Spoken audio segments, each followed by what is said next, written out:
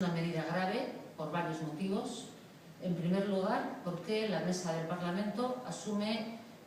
una decisión que en principio debe tomar el Gobierno vasco y ya adelanta una decisión que en el sentido de negar el seguir a trámite con esta medida.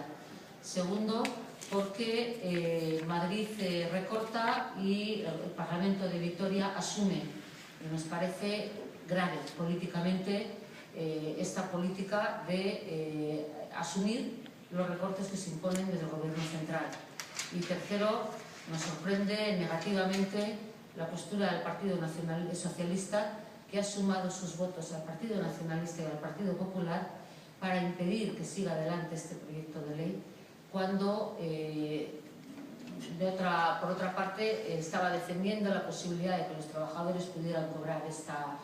cantidad, con lo cual viene a contradecirse, viene a contravenir sus propias declaraciones políticas previas. Nos parece que es una medida política grave y, por lo tanto, ya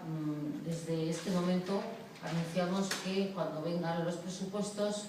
del 2013 vamos a hacer las correcciones oportunas de manera